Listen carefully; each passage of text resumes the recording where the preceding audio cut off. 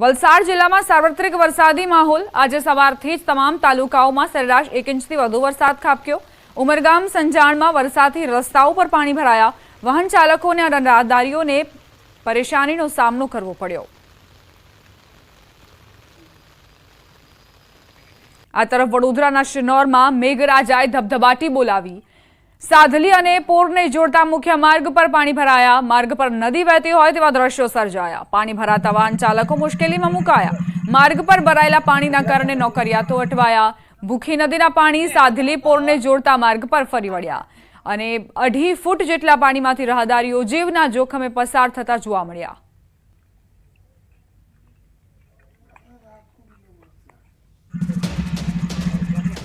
समाचार गीर सोमनाथ जिला में वरसाद फरी आगमन थयुं। कोडीनार और आसपासना ग्राम्य विस्तार में छूटाछवाया वरसादी झापटा वरस्या। कोडीनार शहर बावाना पीपळवा कड़ोदरा देवड़ी मितियाल सहितना गामों में वरसाद शुरू थयो। गरमीना बफारा बाद मेघराजा मेहरबान थया। लोकोने गरमीथी राहत मळी। खेडूतोमां खुशी छवाई। राजकोट जिल्लाना ग्राम्य विस्तारों 5 दिवसना विराम बाद फरी मेघराजाए पधरावणी करी। लोधिका शहर और ग्राम्य पंथक में वहेली सवारथी धीमी धारे वरसाद वरसी रह्यो छे। वरसादना कारणे वातावरण ठंडुगार बन्युं। जो कि सप्टेम्बर महीना में पण जो वधु वरसाद वधु प्रमाण में वरसाद वरसे तो खेती पाकोने मोटा प्रमाण में नुकसाननी भीति सेवाई रही छे।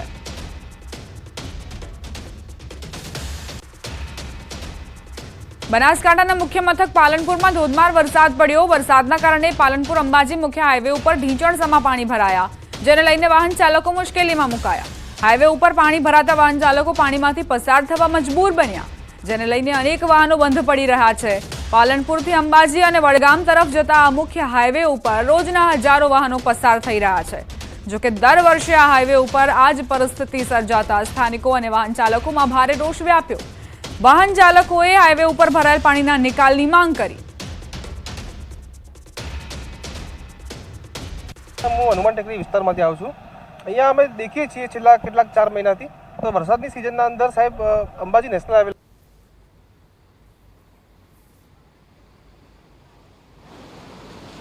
3 इंच वरसादमां पालनपुरना हाल अत्यारे बेहाल जोवा मळी रह्या छे ने पालनपुरना जे रસ્તાઓ છે તે અત્યારે પેટમાં ફેરવાયા હોય તેવા દ્રશ્યો આપણે જોવા મળી રહ્યા છે। અત્યારે અમે છીએ પાલનપુર અંબાજી હાઈવે પર કે જે હાઈવેના હાલ અત્યારે બેહાલ થયા છે। 2 કલાકમાં જે 3 ઇંચ વરસાદ પાલનપુરમાં જે ખાબક્યો છે તેના લીધે ઠેર ઠેર પાણી ભરાવાના દ્રશ્યો સામે આવે છે। ગણેશપુરામાં મકાનોમાં પણ પાણી ઘૂસ્યા હતા તો પાલનપુર ગઠામણ રોડ પર પણ પાણી ભરાયા હતા અને અત્યારે આ જે પાલનપુરથી અંબાજીને જોડતો જે મુખ્ય હાઈવે છે તે મુખ્ય હાઈવે પર જ કુંટણસમા પાણી ભરાઈ જતા અત્યારે વાહન ચાલકો મુશ્કેલીમાં મુકાયા છે અને જે નાના વાહનો છે તે અત્યારે અહીંથી નીકળી નથી શકતા। મુખ્યત્વે અહીંથી બાઈકો વહેલી સવારે નીકળતા હોય છે પરંતુ આ રસ્તો બંધ અત્યારે પાણી ભરાઈ જવાના લીધે અત્યારે જે નાના બાઈક ચાલકો જે છે તે અત્યારે નીકળી નથી શકતા અને જે ગાડીઓ છે તે પણ મુશ્કેલીનો સામનો જે છે તે અત્યારે કરી રહી છે। ખાસ કરીને 3 ઇંચ વરસાદમાં જ પાલનપુરના હાલ બેહાલ થયા છે અને વાત કરીએ વડગામની તો વડગામમાં પણ 6 કલાકની અંદર 7 ઇંચ જેટલો વરસાદ ખાબકતા પાલનપુર વડગામ હાઈવે પર પણ પાણી ભરાવાથી વાહન ચાલકો મુશ્કેલીમાં મુકાયા છે। કિશોર તુવર, ન્યૂઝ 18 ગુજરાતી, બનાસકાંઠા। અરવલ્લીના માજુમ અને વાત્રક ડેમની સપાટીની વાત કરીએ તો બંને ડેમ છલકાયા છે। મોડાસાની જીવાદોરી સમાન માજુમ ડેમ ઓવરફ્લો થયો। માજુમ નદી કિનારાના 3 તાલુકાના 35 ગામ એલર્ટ કરાયા। બાયડ અને ખેડાના ગામડાઓ એલર્ટ મોડ પર છે। રાજસ્થાનનો ડેમ ઓવરફ્લો થતા માજુમ ડેમમાં વ્યાપક પાણીની આવક। ઉપરવાસમાં ભારે વરસાદથી વાત્રકમાં 49,000 ક્યુસેક પાણીની આવક થઈ રહી છે। મામલતદાર, ટીડીઓ, તલાટી સહિતના અધિકારીઓ સ્ટેન્ડ બાય પર છે। લોકોને નદી કિનારાથી દૂર રહેવા અપીલ કરાઈ રહી છે। અરવલ્લી જિલ્લાના મહત્વના 2 જળાશયો ફરીથી છલકાયા છે, માજુમ અને વાત્રક। આપણે હાલ માજુમ જળાશય ઉપર દ્રશ્યો બતાવી દઈશ। જે પ્રકારે દ્રશ્યો જોવા મળી રહ્યા છે ખેડૂતોને સુકૂન આપી રહેલા આ દ્રશ્યો છે। ખાસ કરીને રાજસ્થાનમાં જે વરસાદ પડ્યો, રાજસ્થાનનો જે જળાશય ઓવરફ્લો થયો તેનું પાણી માજુમ જળાશયમાં રાત્રિ દરમિયાન આવ્યું છે। ત્યારે 6,800 ક્યુસેક પાણી રાત્રિ દરમિયાન 5 ગેટ ખોલવામાં આવ્યા હતા।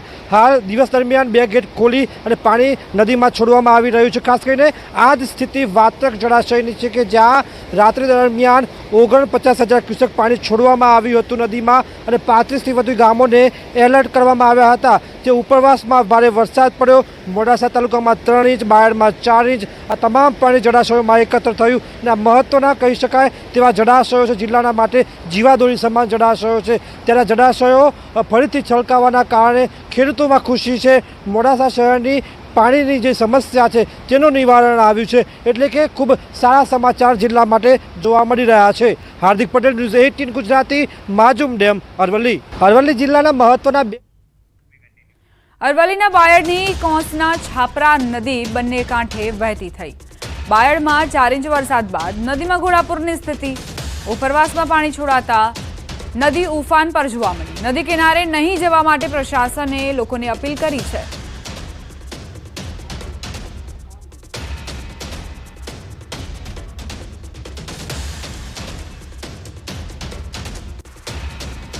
મહીસાગરથી સમાચાર. વીરપુર નજીકનું તુલસી તળાવ ઓવરફ્લો. રણજીતપુરા ગામે આવેલું તળાવ છલકાયો.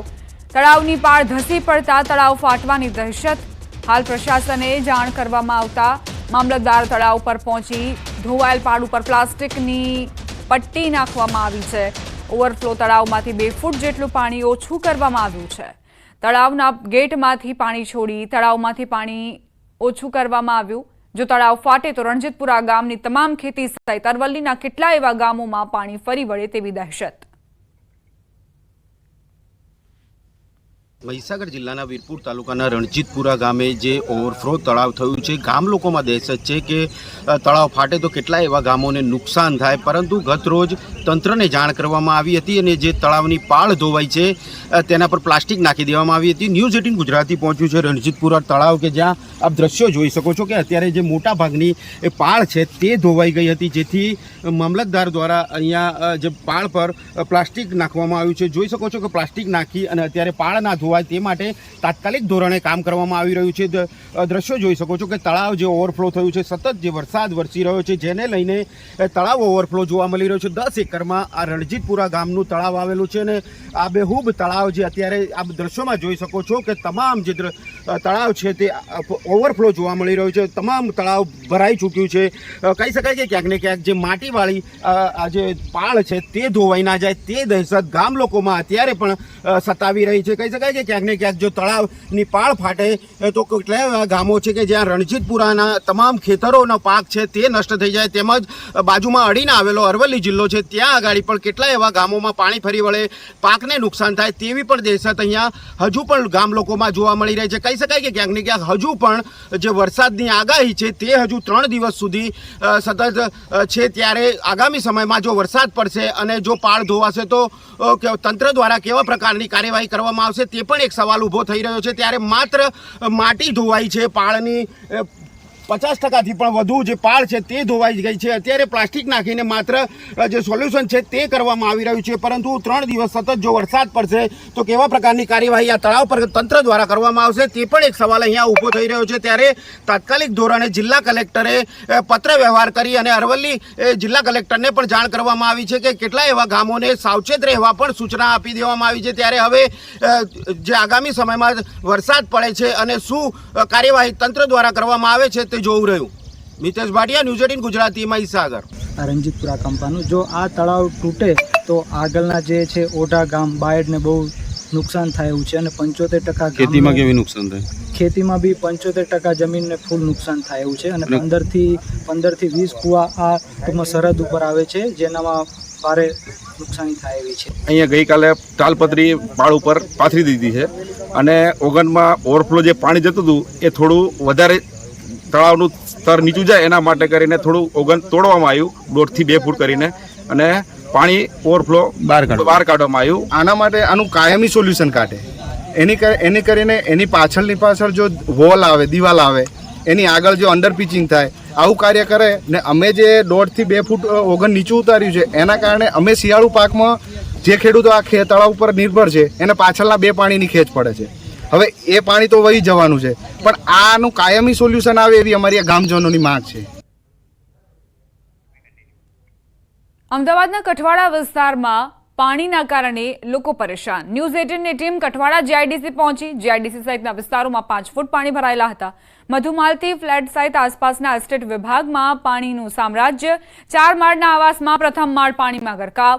લોકો પોતાના ઘરોમાં કેદ થયા છે। મધુમાલતી આવાસ યોજનામાં પહોંચીને ન્યૂઝ 18ની ટીમ નરકાગાર સ્થિતિમાં જીવતા લોકો છેલ્લા 1 અઠવાડિયાથી તેમને પીવાનું પાણી નથી પહોંચ્યું। લોકો વલખા મારી રહ્યા છે, બીમાર પડી રહ્યા છે। સ્થાનિકોએ ટ્રેક્ટરથી રેસ્ક્યુ કર્યું છે। વીજળી અને પાણી વગર લોકો પરેશાન થઈ રહ્યા છે। પોતાની વેદના ઠાલવતા મહિલાઓ રડી પડી। સ્થાનિક લોકોએ તંત્રને ચીમકી આપી, જો 3 વાગ્યા સુધી પાણી નહીં ઓસરે તો એસપી રિંગ રોડ જામ કરવામાં આવશે। ગરીબોની વેદના કોણ સાંભળશે, આ સૌથી મોટો સવાલ છે। શું ગરીબ રહેવું એ પાપ છે? ગરીબ રહેવું એ શું ખોટું છે? કારણ કે જે ગરીબ લોકો છે તેને કોઈ નથી સાંભળતું કે કોઈ તેની તકેદારી પણ નથી રાખતું। એ આ દ્રશ્યો છે મધુમાલતી વિસ્તારના। એ જે કઠવાડાની આ મધુમાલતી જે ફ્લેટ છે તેમાં આપ જોઈ શકો છો, મારી સામે જે દ્રશ્યો જોવા મળ્યા એ કરુણામય કદાચ રડવું આવી જાય તે પ્રકારના દ્રશ્યો છે।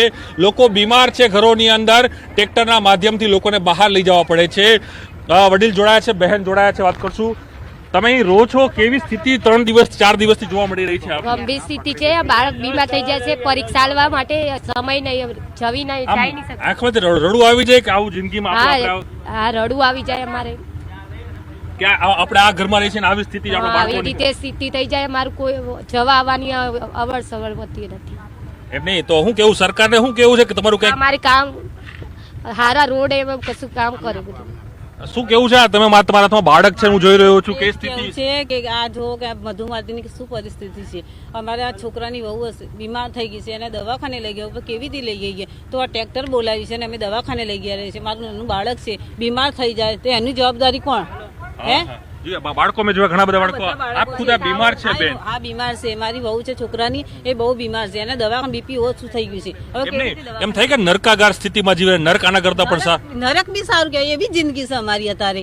બહુ અમારો બહુ કપરો વિસ્તાર અત્યારે સમય 2 વખત આવું થયું નતા, ત્રીજી વાર આવી હતી, પાણી ભરી ગયું છે। શું કરવું, અમારે કેવી બહાર નીકળવું, એ જ મુસીબત આવીને પડી છે અમારા ઉપર।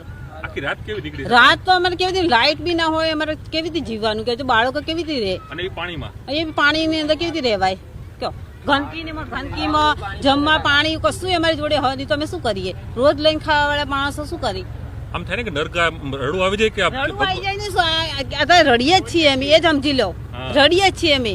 કારણ કે આવી રીતે લઈ જઈએ કે દવાખાને લઈ, દવાખાના નહીં, અમારી સુવિધા નથી દવાખાની, બહાર લઈને જઈએ તારે। મહિલાની બેટા કેટલામાં ભણે છે તું? તું 2-3 દિવસથી પાણીમાં છે, આવી રીતે જ છે? આવી રીતે જાય છે, સ્કૂલે જાય છે આવી રીતના? ઓકે, આજે શું કે બાળકોની સ્થિતિ કેવી રીતે છે, લોકોની? વડીલ, આ સ્થિતિ આટલી ભયાનક, કદાચ નર્ક આના કરતાં પણ સારું માની શકાય। આ પરિસ્થિતિ પાછળના 10 દિવસથી પબ્લિક સહન કરી રહી છે, છતાં તંત્ર અહીંયા આવીને અમને ઉઘાડતી નથી। અત્યારે હાલ જોઈ શકો છો કે બીમાર માણસોને અમે રેસ્ક્યુ કરીને બહાર દવાખાને મોકલી રહ્યા છીએ ટ્રેક્ટર તમારા માધ્યમથી। આ સાથે જ બુલેટિનમાં અત્યારે બસ આટલું જ। વધુ અપડેટ્સ માટે આપ જોતા રહો ગુજરાતની number 1 news channel news 18 Gujarati.